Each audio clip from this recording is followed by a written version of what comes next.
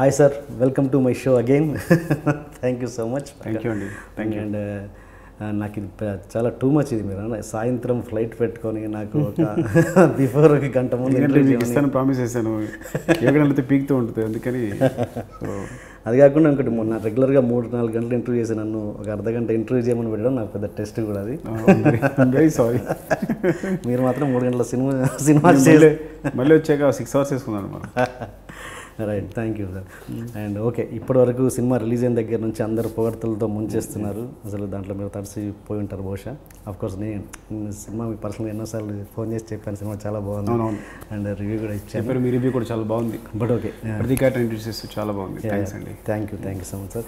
And okay, ఆ పొగడ్తలను పక్కన పెట్టుకుంటే కొంచెం ఒక కొత్త రకం, ఒక జెన్యూన్ డిస్కషన్కి నేను ఇట్స్ నాట్ ఏ కంప్లైంట్, ఒక ఫైటింగ్ కాదు, ఆర్గ్యుమెంట్స్ కాదు, ఇట్స్ ఏ ఫెయిర్ డిస్కషన్ అనుకొని నేను అడుగుతాను. Okay sir. ఓకే, ఒక ఫస్ట్ ఓపెన్ చేస్తే రామ్ చరణ్ ఇంట్రడక్షన్, ఒక మాస్ హీరో కదా తను. అలాంటి తనతో ఒక జస్ట్ మామూలు సైకిల్తో ప్లెయిన్ ఇంట్రడక్షన్ ఒక రెగ్యులర్గా తమిళ సినిమాల్లో జరుగుతుంటుంది. అది అంత మాస్ హీరోకి అలాంటి ఇంట్రడక్షన్ ఇవ్వాలనుకున్నప్పుడు మీ ఆలోచన ఏంటి? రామ్ చరణ్ ఏమన్నారు? ఒప్పుకున్నారా లేకపోతే? ఏమిటండి అనుకోకుండా ఏంటంటే ఇన్బిల్ట్గా కథ అనుకున్నప్పుడు వచ్చేస్తే అట్లా నేను ప్రత్యేకంగా చరణ్ కథ నేను ఇవ్వలేకపోతున్నా ఫీలింగ్ తెలియదు నాకు యాక్చువల్గా చేసినప్పుడు. అలా తెలిస్తే కనుక చేయలేము. సో కథ చెప్పే విధానం ఏంటంటే వాడు హీరో దేనికోసమో నేను వెతుకుతూ వెళ్తూ ఉండాలి, దేనికోసం ఇచ్చేస్తున్నట్టు ఆతృత ఉండాలి అనే ఫీలింగ్ తప్ప మీరు చెప్తేనే కానీ నిజంగా నాకు బ్రెయిన్లో అది లేదు. ఇది ఐ మీన్ ఇట్ ఏంటి, నేను తనకి సెపరేట్ ఇంట్రడక్షన్ ఇవ్వలేకపోయాను అనుకోలే. అలా అనుకోలేదు యాక్చువల్గా.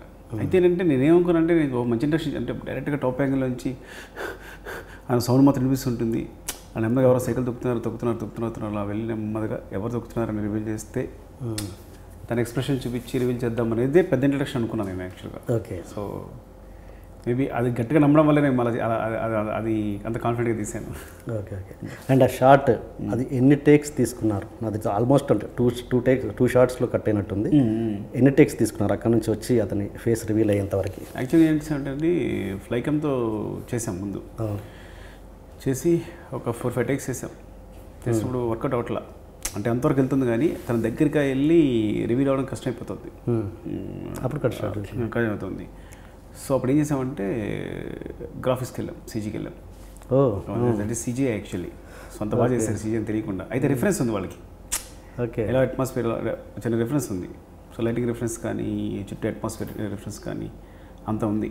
So it is CGI actually. అయితే అది ఆ క్వశ్చన్ అది ఉంది, ఈ మొత్తం సినిమాలో సీజీ వర్క్ ఎక్కడెక్కడ ఉంది అన్నది. ఇక్కడ కాకుండా ఇంకా ఉందా? ఇక్కడ ఉంది, తెలియకుండా ఉంటుంది మీకు. బాగా చేశారు అయితే నిజంగా. సీజీ అంటే ఇది నమ్మలేకపోతున్నాం అంతా. ఒకటే వాళ్ళు చేశారు, చాలా బాగా చేశారు. యుగంధర్ యాక్చువల్లీ. ఓకే. మరి అలాంటిప్పుడు మొత్తం షార్ట్ చేయొచ్చుగా. మళ్ళీ కట్ షాట్ కట్ షాట్ లేదు ఉన్నట్టుంది. సెకండ్ ఓకే, టాప్ నుంచి వస్తుంది, బ్రీత్తో పాటు అలా వెళ్తుంది వెళ్ళి హీరో రివీల్ అవుతారు single shot. Okay, right. And ఇంకొకటి, ఈ సినిమా రామ్ చరణ్ తప్పించి వేరే ఎవరూ చేయలేరు అని ఊహించుకోలేకపోయాను అన్నది మీరు అన్నారు చాలాసార్లు. అఫ్కోర్స్ ఇది ప్రతి డైరెక్టర్ చెప్పే మాటే, ప్రతి కథకి ఆడియన్స్కి ఇది రెగ్యులర్ అయిపోయింది. బట్ నేను అంటాను ఇట్స్ ఆర్గ్యుమెంట్. అంటే మీ వాక్యాన్ని ముందే కనిపిస్తున్నారు అంటే మేము చెప్పింది అలా కాదు. నేనేం చెప్పానంటే ఒక సినిమా అయిపోయిన తర్వాత ఒక డైరెక్టర్కి వేరే ఆర్టిస్ట్ ఎవరు మైండ్లోకి రావట్లేదు అంటే అంతకంటే గొప్ప సక్సెస్ కాదు అని. అరే మిగతా వాళ్ళైతే ఇలా చేస్తుండేవారనో వేరే వాళ్ళైతే ఇలా చేస్తుండేవారని మైండ్లోకి రాలేదు. కంటిన్యూస్ ఇంకా తనే నా బ్రెయిన్లో తిరుగుతూ తనే ఆక్యుపై చేసేసి దీని తప్ప ఇంకెవరు కాదు అనిపించేలా సినిమా ఎండ్ అయ్యేసరికి నాకు ఆ పరిస్థితి వచ్చింది అంటే నేను నా కాంట్ ఇమాజిన్ ఇంకెవరిని ఊహించుకోలేకపోతున్నాను అని అంటే కనుక ఇంకా అంతకన్నా ఆర్టిస్ట్ సక్సెస్ లేదు. ఆ విధంగా చరణ్ నన్ను మొత్తం ఆక్యుపై చేసేసారు అని చెప్పాను. Okay okay okay okay suppose ఇది కాంట్రవర్సీ అని కాదు, సపోజ్ ఈ సినిమాలో జూనియర్ ఎన్టీఆర్ అయితే ఎలా ఉండేది? ఇప్పుడు చూడండి, ఎలా అంటే ఇప్పుడు ఒక పరుగు పందెం పెట్టాం అనుకోండి, 100 మీటర్స్ పరుగు పందెం, ఇద్దరు వ్యక్తి పరిగెడతారు అనుకోండి, ఎవరు గెలిచారని చెప్పొచ్చు. ఓకే, సో నేను ప్యారల్గా ఇదే జూనియర్ ఎన్టీఆర్ గారితో చరణ్ గారితో తీస్తున్నాను అనుకోండి, అప్పుడు మీరు ఎవరని చెప్తే చెప్పొచ్చు. It's complete independent. So so ఒకళ్ళు చేసిన దాన్ని ఇంకోళ్ళు ఎలా చేస్తారని ఊహించుకోవడం కరెక్ట్ కాదు యాక్చువల్గా. ఓకే ఓకే ఓకే డెఫినెట్గా తనైతే అన్యాయం మాత్రం చేసిండేవాడు కాదు, డౌట్ లేదు అందులో. సో చెప్తే ఇప్పుడు డెఫినెట్గా రామ్ చరణ్ మహేష్ ಅವರು Tarak even because they are artist they become stars అంతేగాని సో బట్ ఏంటంటే ఎప్పుడు మనం కంపేర్ చేయలేం. ఎందుకు కంపేర్ చేయలేము అంటే ఇద్దరికి ఒకే పందెం పెడితే ఓకే, కానీ మనం సెపరేట్ తీస్తున్నాం. ఒకళ్ళు ఇంకో సినిమా తీస్తున్నాం, ఇంకో సినిమా తీస్తున్నాం. సో అది ఎప్పుడు కరెక్ట్ కాదు కంపేర్ చేయడం. Okay okay right. And Samantha విషయానికి వస్తే ఒక పెళ్ళైన స్టార్ సక్సెస్ కొడుతుందని మనకు ఒక రికార్డ్ చెప్తుంది. ఏ స్టార్ ఏ హీరోయిన్ కూడా పెళ్ళయ్యాక ఇప్పటివరకు నాకు తెలిసినంత సక్సెస్ కాలేదు, చాలా రేర్ ఒకవేళ ఉన్నా కూడా. అలాంటిది ఆవిడని తీసుకునడంలో మీ గట్స్ ఏంటి? ముందు నాకు దాని గట్స్ ఏం లేవండి. నాకు పెద్ద ఇష్టమై తీసుకున్న కూడా కాదు సమంతని. సరే అంటే ఒక మంచి ఆర్టిస్ట్ కావాలి, తెలుగు వచ్చిన ఆర్టిస్ట్ కావాలి. అట్ ద సేమ్ టైం అంటే తనైతే పల్లెటూరు కొత్తగా ఉంటుంది అని ఏదో సంథింగ్ అని ఫ్రాంక్గా చెప్పాలంటే బిగినింగ్ సమంత రిజెక్ట్ చేశాను నేను. వద్దనుకున్నాను. ఓకే, వద్దనుకున్నాను. ఎవరు అనుకున్నారు ఫస్ట్? ఎవరిని కాదు, వేరే చూద్దాం, ఎవరో కొత్త అమ్మాయికి వెళ్దాం అనుకున్నా. Okay okay. వద్దనుకోవడం మీన్స్ ఎవరో చెప్తేనే కదా వద్దనేది. ఎవరు అలా అని కాదు, నేను ఓకే ఇద్దరు స్టార్ని సెట్లో మెయింటైన్ చేయలేమో అనుకున్నా. ఓకే, ఒకరి చరణ్ సమంత నేను ఎప్పుడు ఆ సెట్లో డైలాగ్ రాసే బాబుతో నేను రాస్తూ ఇద్దరిని వెయిటింగ్లో ఉంచి, ఓకే అంటే ఇద్దరికి వెళ్ళి మళ్ళీ సారీ చెప్పుకుని లేదు కొంచెం లేట్ అయిందని ఇద్దరికి చెప్పుకునేమో ఒక్క స్టార్ చాలు. Of course Charan is very sweet, is down to earth. నన్ను ఎప్పుడు ఇట్లా ఎవరు ఇద్దరు కూడా సమంత కానీ వచ్చే తెలిసింది వాళ్ళంతా మామూలు జూనియర్ ఆర్టిస్టుల కన్నా ఎంత ఈజీగా డీల్ చేయొచ్చు వాళ్ళని. వాళ్ళంతా స్వీట్ అనే విషయం నాకు ఎప్పుడు వాళ్ళతో వర్క్ చేసినప్పుడు తెలుస్తుంది కదా, ముందు తెలియదు కదా. అందుకు టెన్షన్ పడ్డాను, అప్పుడు ఇద్దరు స్టార్స్ వద్దు, నాకు ఒక్క స్టార్ చాలని. అలా అనుకున్నందుకు గాను సమంత ప్రతిసారి తను ఇచ్చిన పర్ఫార్మెన్స్ ఇచ్చినప్పుడు నాకు ఫటాఫట కొట్టినట్టు అయింది. అంటే తను వచ్చి ఒక మంచి ఎక్స్ప్రెషన్ ఇవ్వగానే బాగా చెల్లెని కొట్టినట్టు అయింది అనమాట. అంటే తను చేసే ప్రతి పర్ఫార్మెన్స్ ప్రతి ఎక్స్ప్రెషన్ నన్ను కొట్టినట్టే అయింది. అంటే అంత బాగా చేసింది, అంత ఇంప్రెస్ అయిపోయాను. అందుకని ఆడియో ఫంక్షన్ చెప్పాను తనతో సినిమాలు తీస్తూనే ఉండాలని.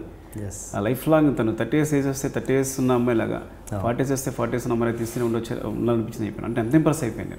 ఇద్దరు ది బెస్ట్ అండి, Ram Charan the best so far. And ఇంకొకటి, మామూలుగా హీరోయిన్ తోటి లిప్ లాక్ అన్నది ఓకే ఇట్స్ కామన్. అండ్ పెళ్ళైన తర్వాత ఒక లిప్ లాక్ సీన్ పెట్టేటప్పుడు మీరు ఎంత ఇబ్బంది పడ్డారు? ఏమన్నా చెప్పే విషయంలో కన్వే చేయడం విషయం అంటే ఆర్ట్ ఫామ్ అండి. ఆర్ట్ ఫామ్ని ఎప్పుడు అసలు ఇలాంటి క్వశ్చన్ వేయకూడదు. ఓకే, ఆర్ట్ ఫామ్లో నిజంగా అది రిక్వైర్డా కాదని చూస్తే కంప్లీట్లీ రిక్వైర్డ్ కాకపోతే నేను వాళ్ళని కన్విన్స్ చేయలేను. ఓకే, అంటే కన్విన్స్ అంటే హాఫ్ అన్ అవర్లో సీన్ తీసాం మేము. హాఫ్ అన్ అవర్లో మేము కన్విన్స్ చేయాల్సిన అవసరం కూడా లేకపోయింది వాళ్ళిద్దరికి. ఓకే, నేను ఇది సీన్ అనగానే ఇట్స్ కరెక్ట్ కదా, తన ఇంకెలా ఎక్స్ప్రెస్ చేస్తుంది, తను లవ్ని గట్టిగా చెప్పే ఇష్టం లేదు తనకి, ఇంకెలా ఎక్స్ప్రెస్ చేస్తుంది, వేరే ఫామ్ ఏంటి, అంతకన్నా ఇంకో సొల్యూషన్ లేదు. That is a unique solution. అలా యూనిక్ సొల్యూషన్కి ఇది ఆర్ట్ ఫామ్ అన్నప్పుడు దాన్ని ఆర్టిస్టిక్గానే చూడాలి కానీ, అంటే ఆర్ట్ ఫామ్లోనే చూడాలి కానీ, అది కళాత్మకంగా చూడాలి కానీ ఇంక దాని మీద క్వశ్చన్స్ ఉండకూడదు నా ఉద్దేశం. ఓకే ఓకే, వాళ్ళు ఎందుకు చేశారు, ఎందుకు చేయలేదు, ఇవన్నీ కరెక్ట్ కాదు. Okay, come to Telugu audience అంతే, నేను దాని గురించి మాట్లాడుతున్నాను. వాళ్ళు కూడా దానికి కళాత్మకంగా చూడాలి, అంతే, ఒక కళగా చూడాలి దాన్ని. ఓకే. అండ్ ఇంకోటి, ఒక సందర్భంలో మహేష్ అని అంటే ఒక అమ్మాయి ఒక సిచ్యువేషన్ వచ్చినప్పుడు ఒక అబ్బాయి చేపట్టుకోవడం ఎంత కరెక్ట్, ముద్దు పెట్టుకోవడం కూడా అంతే కరెక్ట్. రెండింటికి పెద్ద డిఫరెన్స్ ఉండదు ఆటలో. ఇప్పుడు ఇదివరకు పై ఆడదాన్ని చేపట్టుకున్నాడు అంటే ఇదంతా ఒక 30-40 years బ్యాక్ ఎంత తప్పు ఉండేది ఇది. సో ప్లాట్ఫామ్స్ మారుతుంటాయి, జనాలు ఎడ్యుకేట్ అవుతూ ఉంటారు. సో నా దృష్టిలో ఒకవేళ ఒక అబ్బాయి ముద్దు పెట్టుకోవడం సినిమాలో తప్పైతే, ఒక అమ్మాయి చేపట్టుకోవడం కూడా తప్పే. ఐమ్ టాకింగ్ అబౌట్ మ్యారేజ్ అయిన అమ్మాయి గురించి. ఇది ఆర్ట్ ఫామ్ అన్నప్పుడు మ్యారేజ్ కాదా ఇంకా బౌండరీస్ లేవు, కలకనేది బౌండరీస్ ఉండవు. ఇప్పుడు ఆన్సర్ చెప్పేశారు. ఓకే. అండ్ అఫ్కోర్స్ నేను నా డౌట్, 80sలో ఇలా పబ్లిక్గా లిప్ లాక్ పెట్టుకునే సందర్భాలు ఉన్నాయంటారా? అది మీరు 80లోకి వెళ్తే తెలుస్తుంది. ఊళ్ళో పల్లెటూరులో ఎంత రొమాన్స్ జరుగుద్ది అనేది. పొద్దున్న ఊరంతా గుప్పమంటూ ఉంటుంది. అంతేనా? పొద్దున్న లేసరికి గుప్పమంటూ ఉంటుంది. అంటే అది రొమాన్స్ అనేది అది సెపరేట్గా వాళ్ళు ఏం వల్గర్గాను బ్యాడ్గాను చూడరు పల్లెటూరులో. ఓకే, అది భాగం, జీవితంలో భాగం. అంతేగాని మనలాగా పరదలు కట్టుకుని బతకరు. 80s అయితే అసలు బతికేవారు కాదు. డైరెక్ట్గా సరసాలు కూడా డైరెక్ట్గా ఉండేవి. భావమర్దల సరసన అయితే డైరెక్ట్గా ఉండేది. వాళ్ళు ఏడిపించడం కానీ, వినాయక చవితి లాంటి పరిస్థితి వచ్చినప్పుడు ఒకరొకరు తరుముకోవడం కానీ, కొట్టుకోవడం కానీ ఎంత అందంగా ఉండేదో ఆ సరసాలన్నీ. కాబట్టి ఎప్పుడు పల్లెటూరులో ఆ బ్యాషాలు ఉండవు, సంబంధాల మధ్య ముసుగులు ఉండవు, ఓపెన్గా ఉంటాయి. ఆ ముసుగులన్నీ మన నాగరికత పేరుతో మనం వచ్చి చేసుకున్నవే ఇక్కడికి వచ్చి పట్టణంలో. మీకున్నారా మరదలు? నా పొరపాటు మరదలు లేరు. బాధపడుతుండేవాడిని మరదలు లేరని. నేను చిన్నప్పుడు బావ మరదలు కథలు ఎక్కువ వస్తుండేవి పత్రికల వాటిల్లో. Okay okay. కానీ నా మరదలు లేరు. ఓకే. అండ్ ఇంకోటి, ఒక సందర్భంలో ఒక క్యారెక్టర్, మహేష్ అనే క్యారెక్టర్ ఒక బూత్ పదం వాడతారు, ఫోర్స్ కోసం ఒక బూత్ పదం వాడారు. ఆ సెన్సార్ వాళ్ళు ఓకే చేశారు. అది అక్కడ ఎంతవరకు ఏమన్నా మీరు ఎక్స్ప్లెయిన్ చేయాల్సి వచ్చిందా, అవసరం పర్లేదా? ఎక్స్ప్లెయిన్ చేసామండి. వాళ్ళు అబ్జెక్ట్ చేశారు, ఎక్స్ప్లెయిన్ చేశాను. ఎందుకు అలాంటి ఎమోషన్ వచ్చింది, ఎలాంటి పరిస్థితి క్రియేట్ అయింది. పల్లెటూరులో ఉన్న వాళ్ళకి అంటే ఒక నార్మల్గా కొడుకు లంజా కొడుకు పెద్ద డిఫరెన్స్, కోపం వచ్చిన వాళ్ళు మాట్లాడుకున్న దాంట్లో పెద్ద డిఫరెన్స్ అనేది ఉండదు. సో వాళ్ళకి ఎక్స్ప్లెయిన్ చేస్తానంటే ఆ ఎమోషన్ ఎక్స్ప్రెస్ చేయడానికి అంతగానే ఇంకా తను ఇంకా పదం లేదు. ఆ పిల్లాడు పల్లెటూరు అబ్బాయి. సో తన ఎమోషన్ అలాగే ఎక్స్ప్రెస్ చేస్తాడు. డెఫినెట్గా సీన్ ఎన్హాన్స్ చేస్తాడు, ఎక్స్ప్రెస్ చేస్తాడు. అలా ఎక్స్ప్రెస్ అయిపోతే నెక్స్ట్ ఉండే ఎమోషన్ కూడా పండదు. అన్నట్టు వాళ్ళు కన్విన్స్ అయ్యారు. సో సరైన రీజన్ ఉంటే సెన్సార్ కూడా అది అగ్రి. అంటే ఓకే, ఈ ప్రశ్న మీకు సంబంధం లేకపోయినా ఒక ఇండస్ట్రీ ఒక పెద్ద డైరెక్టర్గా మిమ్మల్ని అడుగుతున్నాను. ఇదే సిచ్యువేషన్ అర్జున్ రెడ్డికి వచ్చినప్పుడు మాధవ్ చౌతన్న దానికి అబ్జెక్ట్ చేశారు. ఏమయ్యి ఉంటుంది అక్కడికి ఇక్కడికి? ఒక మీ సీనియర్ డైరెక్టర్గా అడుగుతున్నాను, సంబంధం లేదు. అంటే అలా కాదు, అంటే ఇండివిజువల్ ఒపీనియన్ బట్టి ఉంటుంది. అప్పుడు సెన్సార్ ఉండే సభ్యులను బట్టి ఉంటుంది. ఓకే, అప్పుడుండే సభ్యులు వేరు ఉంటారు, ఇప్పుడు వేరే సభ్యులు వేరే ఉంటారు. అంతేగాని సెన్సార్ బోర్డు అనేది ఏదో ఒక వ్యక్తి కాదు. సో ఇప్పుడు కూడా మారుతూ ఉంటారు. నా సినిమా చూసిన వ్యక్తులు వేరే ఉంటారు, ఆ సినిమా చూసిన వ్యక్తులు ఉంటారు. సో కొన్నిసార్లు ఇండివిజువల్ ఒపీనియన్ డిపెండ్ ఉంటుంది, కొన్నిసార్లు వారు కన్విన్స్ అవ్వడం బట్టి ఉంటుంది. అక్కడ కన్విన్స్ అవ్వలేదేమో, ఇక్కడ కన్విన్స్ అయ్యారేమో. అంతేగాని అదేదో నేను ఏదో గొప్పగా చేసేసాను, వాళ్ళు అర్జెంట్ వాళ్ళు తప్పు చేశారు, మేము గొప్ప చేస్తాం అనేది కాదు. యాక్చువల్గా ఒక్కొక్కసారి మేము అంటే ఈ సిచ్యువేషన్ వాళ్ళకి బాగా కరెక్ట్ అనిపించింది, మ్యాప్ట్ అనిపించిందేమో. ఓకే, అనిపించినప్పుడు ఇండివిజువల్గా వాళ్ళ ఒపీనియన్ ఇది కరెక్ట్ అనిపించింది, మేబీ అదే ఉండొచ్చు అంతే. Okay okay. అండ్ ఇంకోటి, ఈ సినిమా మీద అనంతపురం అండ్ కాళీచరణ్ సినిమాల ప్రభావం ఎంత ఉంది? ఏమో అది నేను ఇది రాంగ్ క్వశ్చన్ అనుకున్నాను. ఎందుకంటే దేనికి అదే ఇండిపెండెంట్ ఫిల్మ్. కాళీచరణ్ చూసారా మీరు? కాళీచరణ్ చూడాలి. ఓకే, కాళీచరణ్ ఎవరు? కాళీచరణ్ మన తెలుగులో కాళీచరణ్ అని ప్రవీణ్ శ్రీ చేశారు. ఓకే ఓకే ఓకే అంటే రాగా రస్టీగా సినిమా తీయాలనుకున్నాను తప్ప. ఎందుకంటే దాని క్యారెక్టరేషన్స్ ఒక 4 డెఫినెట్గా ఈజ్ పయోనీర్. అంతఃపురం అనే సినిమా కృష్ణవంశీ గారు చూశాను. అనంతపురం అదే సుబ్రహ్మణ్యపురం అంటే అది కూడా న్యాచురల్గా ఒక ఉన్న డ్రామాని పల్లెటూరుని చూపించిన సినిమా. ఇది న్యాచురల్గా పల్లెటూరుని చూపించిన సినిమా. సో అంటే ప్రతిదాన్ని ఏ దర్శకుడైనా సరే ప్రతిని పోర్ట్రే చేయడానికి చూస్తారు. అంటే తనకున్న అనుభవాలని కరెక్ట్గా స్క్రీన్ మీద పెట్టడానికి చూస్తారు. అలాగే అనంతపురం డైరెక్టర్ తనకున్న అనుభవం తను పెట్టడం చూపించాడు. ఇంకొక టైమ్ ఆఫ్ దాంట్లో నేను పెట్టడం చూశాను అంతే. అండ్ మీరు మామూలుగానే హీరోలను కానీ హీరోయిన్ కానీ పెద్దగా రిపీట్ చేసిన సందర్భాలు లేవు. అఫ్కోర్స్ మీరు తీసిన 7 సినిమాలు అయినా కూడా అలాంటిది జగపతి బాబు గారిని రిపీట్ చేశారు. ఏంటి దాంట్లో పర్సనల్ ఇంట్రెస్ట్ లేకపోతే అంత మంచి? అంటే ఈ కథ అనుకున్నప్పుడు విలన్ అందరూ నేను హీరో తప్ప మిగతా అందరూ కొత్తలో వెళ్దాం అనుకున్నాం, హీరోతో సహా. అంటే నాకు ఫస్ట్ వచ్చిన థాట్ ఏంటంటే నానబ్రహ్మతో సూటు పుట్టేస్తున్న వ్యక్తి పైన కనుక షర్ట్ లేకుండా కింద పంచమాత కట్టుకుంటే ఎలా ఉంటాడు అనేది థాట్ భలే అనిపించింది. నాకు కిక్ ఇచ్చింది. అప్పుడు జగపతి బాబు గారిని వెళ్ళాలనుకున్నాను. ఓకే. సో దాని తర్వాత మిగతా క్యారెక్టర్ని ఆయన తగ్గట్టుగా ఉండాలి కదా అని మిగతా క్యారెక్టర్ని సెలెక్ట్ చేసుకోవడం జరిగింది. సో మిగతా కాస్టింగ్ అంతా జగపతి బాబు గారు వచ్చి చేరింది ఈ సినిమాలో. ఓకే. ఈవెన్ ప్రకాష్ రాజ్ గారితో సహా అందరినీ కూడా జగపతి బాబు గారు రేంజ్కి ఉండాలి కదా. అనసూయ ఏదో స్టేజ్ ఆర్టిస్ట్ ఉండాలి, పక్కన అజయ్ ఘోష్ ఉండాలి, ఇలా అన్ని నరేష్ గారు ఉండాలి. ఇక్కడ జగపతి బాబు గారు ఉన్నారు అంటే కనుక హీరోకి నరేష్ గారు ఉండాలి, రోహిణి గారు ఉండాలి, ఇలా. సో జగపతి బాబు గారు విలన్గా ఉంటే ఎలా ఉంటే నా థాట్ వల్ల మిగతాను వచ్చారనమాట. కాబట్టి అదేగా వచ్చారు ఆయన. Okay okay okay.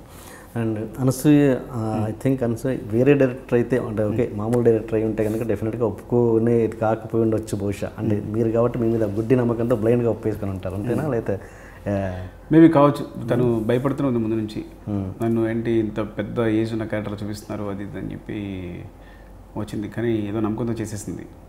ఇప్పుడు వర్కౌట్ అయిపోయింది, లేదా నన్ను చంపేసి ఉండేది.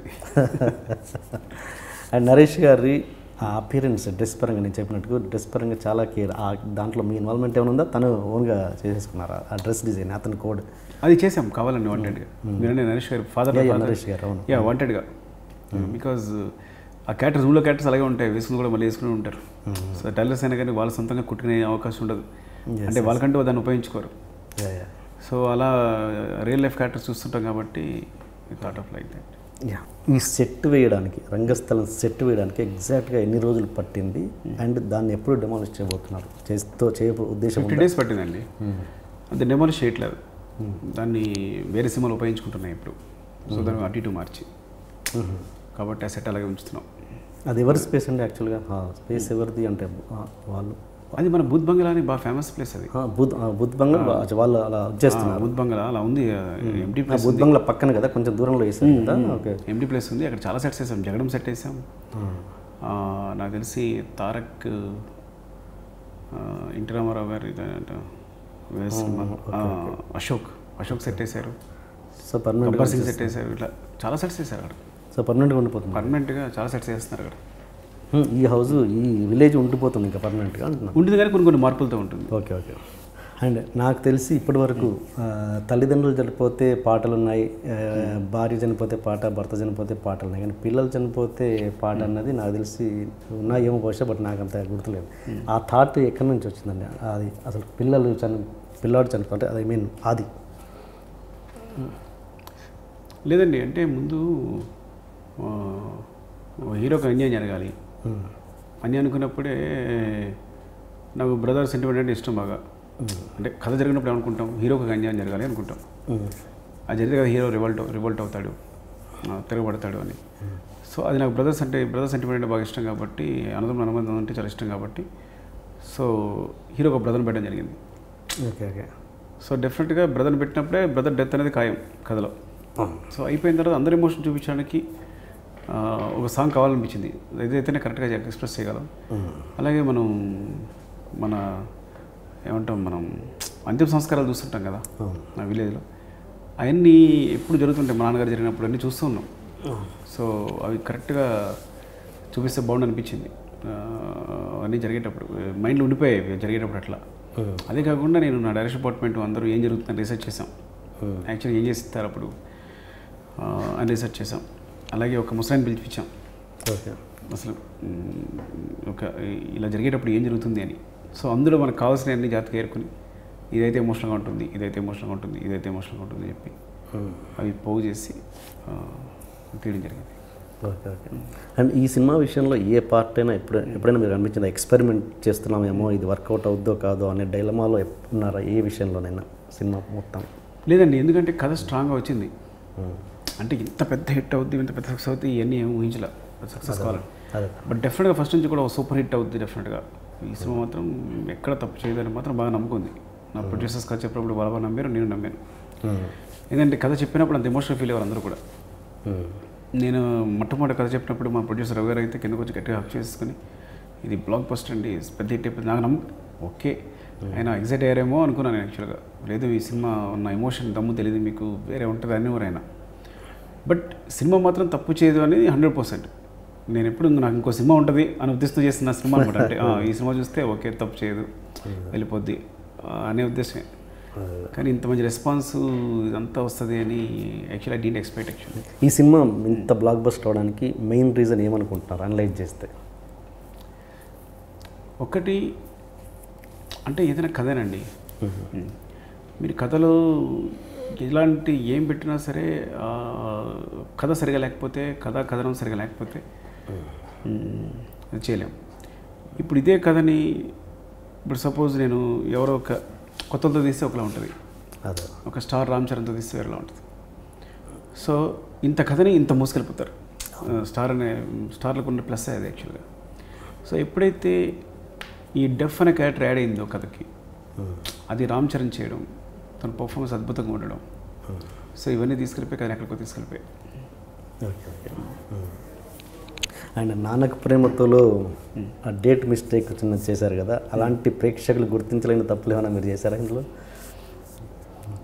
ఉంటాయి డెఫినెట్గా, మీరు కీన్గా అబ్జర్వ్ చేస్తే ఎక్కడెక్కడ ఉంటాయి.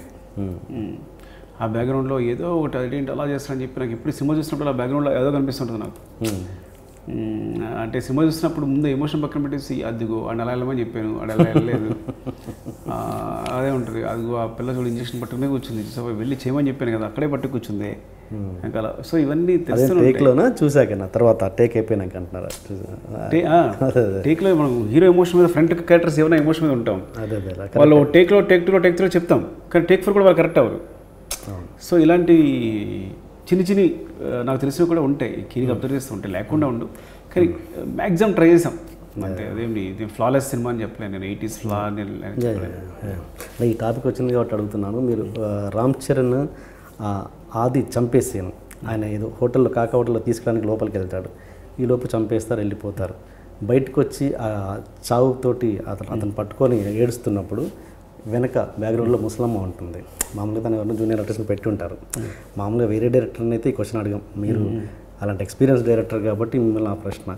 అంటే ఒక చావు అక్కడ జరుగుతున్నప్పుడు ఆ ముసలమ్మ ఏదో ఎక్స్ప్రెషన్ ఉండాలి కదా, పరిగెత్తుకు రావాలి, లేదా అరుస్తుండాలి, లేదా కంప్లీట్ ఒక ఆర్టిస్ట్ కాకపోతే ఆమెను ఫ్రేమ్లో అవాయిడ్ చేయాలి ఏదో ఒకటి. అలా మీలాంటి డైరెక్టర్స్ కూడా ఎందుకు చేస్తారు అలాంటివి? అది షాక్ అయిపోయింది ఆవిడ, షాక్లో ఉంది, అర్థం కావట్లేదు ఆవిడకి. ముసలావిడ కనిపించదు కూడా ముందుకే హీరోయిన్ అప్పుడు ఏంటంటే పసుపు వెంబడి కారు ఇచ్చింది ఆవిడ. ఓకే, అది క్యారెక్టర్స్ కూడా ముందు అమ్మాయిని ఎస్టాబ్లిష్ చేస్తాం ఆవిడని. ఓకే, ఆల్రెడీ సీన్ ఉంది తనకి. వెళ్తుంటే అక్కడ చెప్పారు కదా పసుపు అంటే ఆ కారు పట్టుకొచ్చేస్తుంది ఆవిడ, కారం తీస్తుంది. ఓకే ఓకే ఓకే ఓకే, అయ్యో నీకు నాకు కనిపించదు నాకు వినిపించదు అని చెప్పి పసుపు తీసుకుంటాడు. ఓకే ఓకే ఓకే, అది సరే కనిపించదు, కనిపించవు, ముందు జరుగుతుంటే షాక్ అయిపోయి చూస్తుంది, ఏం చేయాలి అర్థం కావట్లేదు ఆవిడ కూడా. ఓకే ఓకే, ముసలాడు కాబట్టి. అది కొంచెం యంగ్ అయితే 56 years రియాక్షన్ ఉంటుంది, వాళ్ళ పర్యటనలో వచ్చి పట్టుకుంటారు. సో ఏజ్ని బట్టి రియాక్షన్ అనమాట, ఏజ్ కొద్దిగా చూపులేనితనం. ఓకే ఓకే, అది ఉందా? నేను సారీ, ఉంది ఉంది, పసుపు కారం అన్నది. పసుపు కారం ఉంది. పసుపు ఏమంటే ఆవిడ ఇంకో డబ్బా ఇస్తుంది, ఏదో కారం కదే పసుపు, నీ కళ్ళు కనిపించడం అని, నీకు కనిపించదు నాకు వినిపించదు అని సంథింగ్ తిట్టుకుంటూ వస్తుంది. మామూలుగా ఒక సీన్లో రామ్ చరణ్ మామూలుగా ఒక గిన్నెలు తోముతుంటారు. అలాంటి సీన్స్ నిజంగా పెట్టాలంటే ఒక మాస్ హీరోకి చాలా నిజంగా ధైర్యం కావాలి, లైక్ ఇంట్రొడక్షన్ లాగానే. అలాంటి వాటిని ఎలా ఒప్పించారు అసలు? అంటే మామూలుగా అయితే ప్రేక్షకుల కంటే ముందు డైరెక్టర్లు హీరోలు అంటుంటారు ఇలాంటి వాటిని ప్రేక్షకులు రిసీవ్ చేసుకోరని. ఈ విషయంలో ఎలా ధైర్యం చేశారు? గిన్నెలు తోమించడం అంటే అది మామూలు గట్స్ కాదు నిజానికి. అంటే అంత కష్టపడ్డాడు, అంటే అహర్నిశలు కష్టపడడం ఉంటుంది సార్ ప్రతి విషయాన్ని. అంటే ప్రతిదీ తను చేశాడు, అంటే అంత డౌన్ టు ఎర్త్లో ఉన్నాడు. అంటే క్యారెక్టర్ మట్టిలో, అంటే మట్టికి చేరుగా ఉంచడం అనమాట క్యారెక్టర్ని చేయించడం. గొప్ప విషయం అంటే అసలు చాలా ప్రాక్టీస్ ఉన్నట్టు, ఇంట్లో రోజు తోముతున్నట్టు. అందరూ కూడా ఎంత అంటే షాక్ అయిపోయాము ఇలా చేసుకుంటూ. సింపుల్గా చిరంజీవి అడిగారు, నువ్వు చేసి చూపించుంటావు అందుకే చేశాను. అబ్బా నేను సరే మోడెస్టీ కాదు, నేను చేసి చూపించడం అనేది కాదు. తను ఇన్వాల్వ్ అయిపోయాడు క్యారెక్టర్, ఇది నా క్యారెక్టర్ అనుకున్నాడు తను ఏం చేయలేం. ఒకసారి తన క్యారెక్టర్ ఓన్ చేసుకున్న తర్వాత వాళ్ళందరికీ అలా అనిపిస్తాయి. నేను ఎన్నిసార్లు చెప్పినా చిరంజీవి నమ్మట్లేదు, నువ్వు చేసి చూపించడం అందుకే చరణ్ అలా చేశారంటారు. సార్ నేను అసలు చేయలేదు సార్, నేను తను కూర్చొని షార్ట్ చేసేసి జస్ట్ అసలు వంట వండడం కూడా చాలా ప్రాక్టీస్ ఉన్నట్టు చేస్తున్నాడు. సో ఒకసారి క్యారెక్టర్ ఓన్ చేసుకున్న తర్వాత మేబీ అంటే తనకి అలాంటి విషయాల్లో పాత్ర కడగడంలో ఎలాంటి అనుభవం ఉండకపోవచ్చు, కానీ మేబీ అది ఫీలింగో లేకపోతే ఎక్కడైనా చూసుండమో లేదా ఎక్కడైనా మైండ్లో ప్రింట్ అయిపోవడమో ఇటు సహజంగా వచ్చేస్తుంది. అంత సహజంగా కుదిరాయి, తనే నిజంగా కడుగుతున్నట్టు అంత సహజంగా కుదిరాయింది. నాకు తెలిసి రామ్ చరణ్ ఇన్ని సినిమాలలో ఎప్పుడు కూడా ఇంతగా రియాక్ట్ అయ్యి ఉండకపోవచ్చు. బహుశా సక్సెస్ని ఎంజాయ్ చేయడంలో కావచ్చు, ఆ పాత్ర విషయంలో కావచ్చు. ఎలాంటి ఎమోషన్ని పంచుకున్నారు మీతో ఆఫ్టర్ దిస్ సక్సెస్? ఇంకా తను అంటే ఇంకా అది చెప్పలేను, బయటకు ఆగానే ఆ రోజు కలిసినప్పుడు ఇంకా అది మాటల్లో చెప్పలేను అనమాట. తను నన్ను చూసిన విధానం కానీ, పట్టుకోవడం కానీ, అంటే హక్ చేసుకోవడం కానీ ఇంకేం ఎక్స్ప్రెస్ చేయలేకపోయాడు. I think is very happy. అంటే ఏదో ఒక ప్రత్యేకమైన అనుబంధం ఏర్పడింది ఇద్దరి మధ్య తెలియకుండానే ఈ సినిమా వల్ల. ఓకే ఓకే, ఏం నెక్స్ట్ చిరంజీవి గారితో తీస్తున్నారా? నేను రిమోర్సా లేదా నిజంగా మీరా? లేదండి, సైడ్ అయ్యేసరికి చాలా టైం పడుతుంది కదా. అదే సైడ్ తర్వాత చాలా టైం పడుతుంది. అంటే ఇప్పటికైతే అలాంటి ప్రపోజల్ అలాంటిది ఏమీ లేదు. బికాజ్ నేను ఆయన అంటే చాలా ఇష్టం నాకు. అలాంటి అవకాశం మాత్రం వదులుకోను కంపల్సరీ. అండ్ హీరోని చెవిటివాడిగానే పెట్టడానికి ఏదైనా రీజన్ ఉందా? వేరే అదర్ పెట్టకుండా చెవిటివాడిగానే పెట్టుకోవాలని కథపరంగా ఇంకా ఏదన్నా అనుకున్నారా ముందు? చెవిటివాడు కాకుండా ఇంకేదన్నా అంటే ఒకటి ఇలా పెట్టడం వల్ల నేను ఒకటి అనుకున్నాను ఏంటంటే ఫస్ట్ ఆఫ్ ఆల్ ఊళ్ళో డిజబిలిటీ క్యారెక్టర్స్ చూస్తుంటాం అంటాం ఒక అంటే డిజబిలిటీ క్యారెక్టర్తో కథ చెప్పినప్పుడు అది చాలా అంటే వాడి స్ట్రెంగ్త్ చాలా కనిపిస్తుంది. వాళ్ళు చాలా స్ట్రాంగ్గా ఉంటారు. ఏదైనా డిజబిలిటీ ఉన్న వ్యక్తులు చాలా అంటే మిగతా సెన్సెస్ అనేవి చాలా స్ట్రాంగ్గా ఉంటాయి. ఏదో ఒక చిన్న లోపం ఉంటే కనుక మిగతా సెన్సెస్ అనేవి చాలా స్ట్రాంగ్గా ఉంటాయి. సో అలా చెప్పినప్పుడు ఎప్పుడైనా అది లోపల కనిపించిన హీరోయిజంలా కనిపించింది. అదే అంటే అలాంటి వాడు కొడితే ఎలా ఉంటుంది, అలాంటి వాడు మాట్లాడితే ఎలా ఉంటుంది, అలాంటి వాడు విలన్ డీల్ చేస్తే ఎలా ఉంటుంది.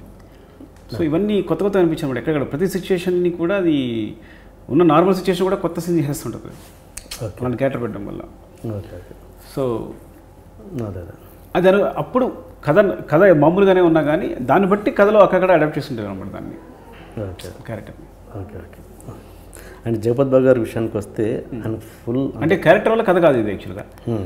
కథకి క్యారెక్టర్ యాడ్ చేసాం కానీ ఎంత బాగా విడిపోయిందంటే సిచ్యువేషన్స్ అన్నిటికి కూడా కరెక్ట్గా ఎక్కడికక్కడ కథని ఒక రేంజ్ ఎన్హాన్స్ చేస్తుంది ఆ క్యారెక్టర్ అనేది.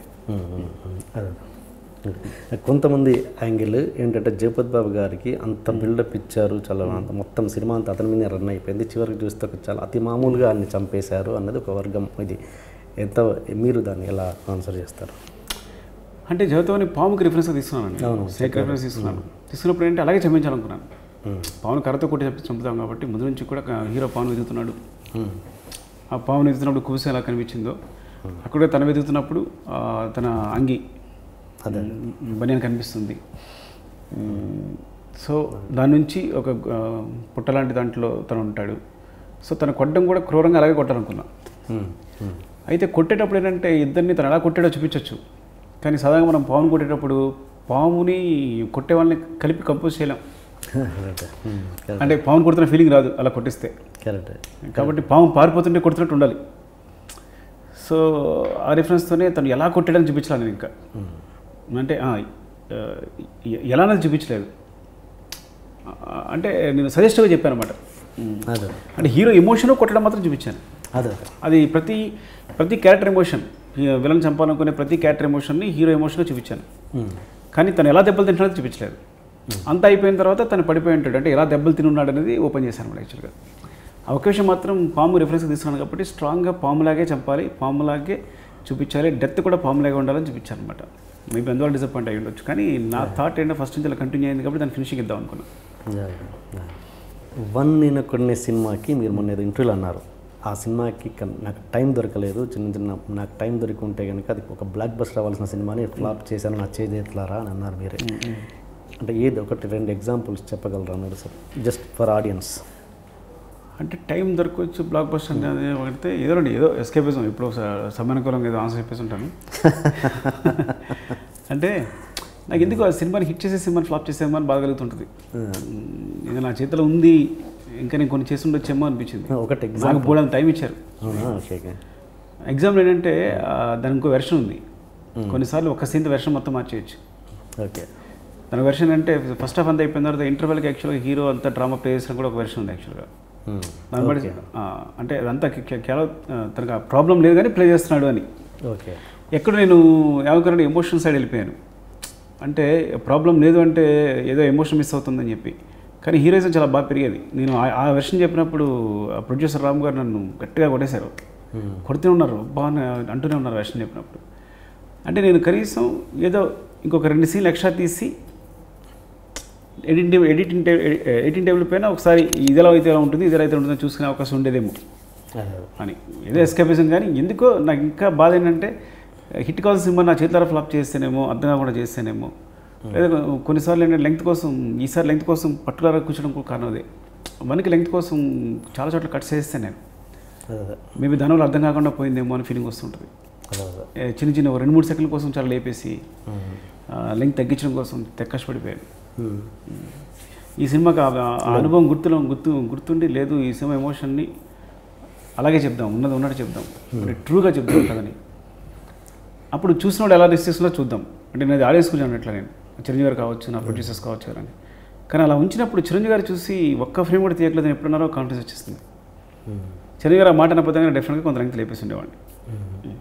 ఆయన ఎంత తీసినా ఇంకా డిలీటెడ్ సీన్స్ ఉన్నాయంట, ఇంకా ఉన్నాయని విన్నాను. డిలీటెడ్ సీన్స్ అంటే వెర్షన్స్ వేరు.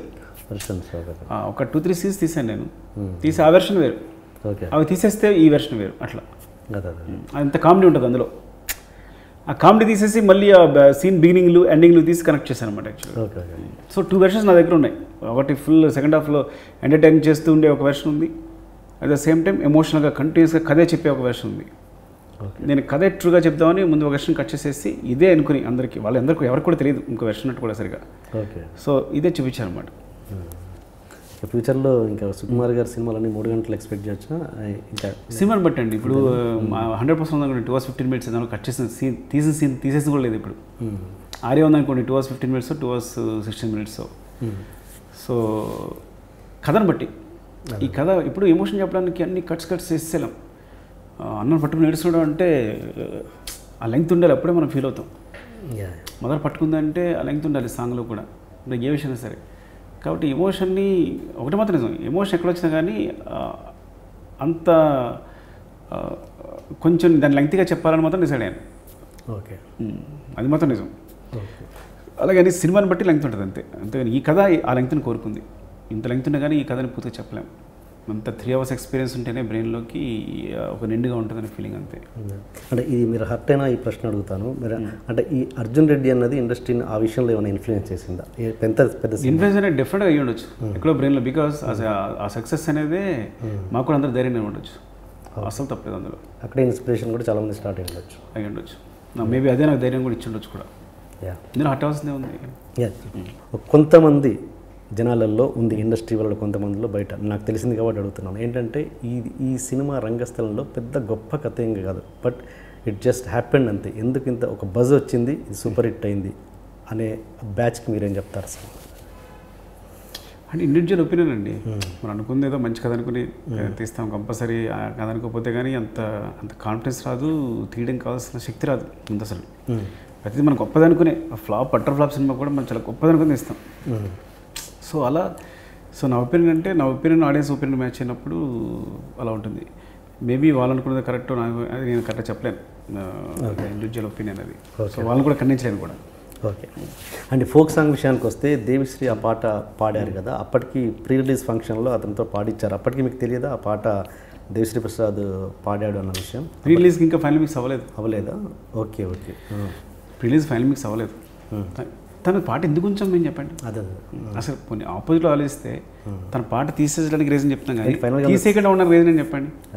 అంటే దేవి పాడినప్పుడు అది కొంచెం ఎమోషన్ ఎక్కువ ఉంది. ఆ గట్టును ఉంటావా నగన్న ఈ గట్ అలా వచ్చింది. సో తన హీరో ఎమోషన్ ఉన్నప్పుడు తన హీరో కూడా ఎలా ఇస్తాడు, ఆ గట్ అలా ఇస్తాడు కదా, ఆ ఊపు ఉంటుంది చేసినప్పుడు. సో శివనాగ పాడినప్పుడు ఏంటంటే కొంచెం మిరడస్గా చేసాం తెలియకుండానే. మాకే దేవి పాడించినప్పుడు ఇంకా అందంగా తర్వాత చేసినప్పుడు ఎక్కడైనా చూసినప్పుడు ఎక్స్ప్రెషన్ మ్యాచ్ అవ్వట్లా రెండింటికి. సో డైరెక్టర్గా నేను డెసిషన్ తీసుకున్నా అక్కడ. ఇంకా దేవి పాపం తను గోల్ పెడుతూ ఉన్నాడు. శివనాగం తీసుకొచ్చి పాడించిందే తను ఎక్కడ కూడా వెతుక్కుని తన వాయిస్ అయితే బాగుంటుందని వెతుక్కుని తీసుకొచ్చి పాడించింది తను. అది ఒక సాంగ్ పాడితే తను ఒక రంగరంగ స్థానం బదులు ఇంకో వేరే సాంగ్ ఉండేది.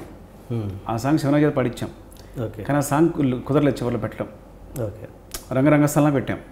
అయ్యో ఆ సాంగ్ తను పాడాడు పాపం, తను ఉత్సాహపడుతూ ఉంటాడు. సాంగ్ తీసేసాను నేను, లేదు ఈ సాంగ్ అని పాడించలేదు, మళ్ళీ పిలిచి ఆగట్టుంటో పాడించాడు తను. సో అంత ప్రేమతో తీసుకొచ్చి పాడించాడు. ఒక సాంగ్ మిస్ అయిపోయింది ఆల్బంలో, తన వాయిస్ ఉండదని తీసుకొని పాడించాడు. సో లాస్ట్ మినిట్లో ఏంటంటే నాకు సినిమా ఇంపార్టెంట్. శివనాగుల కన్నా నాకన్నా అందరికన్నా ఎవరికైనా సరే సినిమా పెద్దది అదే అలాగే ఆలోచిస్తాను. సో సినిమా ఎక్కడ పండుతుంది, ఈ వాయిస్ అయితే నేను fraction of second time final mix వెళ్ళిపోతుంది, రీల్స్ పంపించేయాలి. ఆ టైంలో ఈ వాయిస్ పెట్టాలి ఆ వాయిస్ పెట్టి డెసిషన్ తీసుకోలేను. తీసుకున్నప్పుడు నేను డెఫినెట్గా నేను ఇసి తీసుకోలేను. నేను ఏ సాంగ్ పెట్టి షూట్ చేసానో అదే ఉంచేద్దాం. నాకు కొడుతుంది ఎక్కడ ఎక్స్ప్రెషన్ మ్యాచ్ అవ్వట్లేదు అని పెట్టేశాను. ఇంకా టైం ఎలా ఉంటుంది అంటారా, ఒక్క సెకండ్ ఖాళీ ఉండదు. మీరు నమ్మండి, ఉండదు. ఎన్ని ఉంటాయో అన్నీ. ఆ టైంలో నేను చేసిన తప్పేంటంటే మేబీ శివనాగులకి నేను కాల్ చేసి ఉండాల్సింది, చేయలేకపోయాను. అది తన క్షమాపణ కోరుకుంటాను. ఇంకేస్ తన ఫీల్ అయితే ఆయనకన్నా సొల్యూషన్ వచ్చిందా ఈ అతడు? తనకి ఏంటంటే సినిమాలోనే ఉంటుంది కానీ బయట ఎప్పుడు తన ఆల్బంలో తన సంగే ఉంటుంది. అది మేము మార్చే ఉద్దేశం కూడా లేదు. తను చాలా బాగా పడాడు. దేవిని అడగండి, ఎంత ముచ్చటపడిపోయాడు సుఖబాయ్, చాలా బాగా పడాడు. తను బాధపడతాడని తను అంటున్నాడు, లేదు దేవి నాకు సినిమా ఇంపార్టెంట్, నాకు నువ్వు ఇచ్చిన సాంగ్తో నేను షూట్ చేశాను, నాకు ఎందుకు మ్యాచ్ కావట్లేదు అనిపిస్తుంది. కానీ తన ఫేస్ కూడా రగ్గడ్గా అంతుంది, ఎవరిది చరణ్ది, తను పాడేటప్పుడు ఎక్స్ప్రెషన్ ఇచ్చేటప్పుడు అది సో అది ఇండివిజువల్ నా ఒక్కటే డెసిషన్ మాత్రమే అది. సో దానికి ఎవరిని బ్లేమ్ చేయొద్దు అసలు. Yeah okay sir. Final and next project ఎవరిది? మహేష్ బాబు గారితో కొంతమంది, అల్లు అర్జున్ తను కొంతమంది అంటున్నారు. మహేష్ బాబు గారితో అండి. అవును, very nice. Thank you sir, all the best. And మిగతా ఫేస్బుక్ అంటే సార్ యూఎస్ వెళ్తున్నారు ఈవినింగ్, అందుకని మనకు అర్ధగంటనే ఇంటర్వ్యూ ఇచ్చారు. సో మీరు అడిగిన ఫేస్బుక్లో నేను ఒక పోస్ట్ పెట్టినందుకు చాలామంది క్వశ్చన్స్ వేశారు. ఆ క్వశ్చన్స్ని సుకుమార్ గారి ద్వారా వేరే వీడియో చేస్తున్నాను, అంతవరకు వెయిట్ చేయండి. Thank you sir, thank you so much. Thank you. Thanks for meeting. Thank you.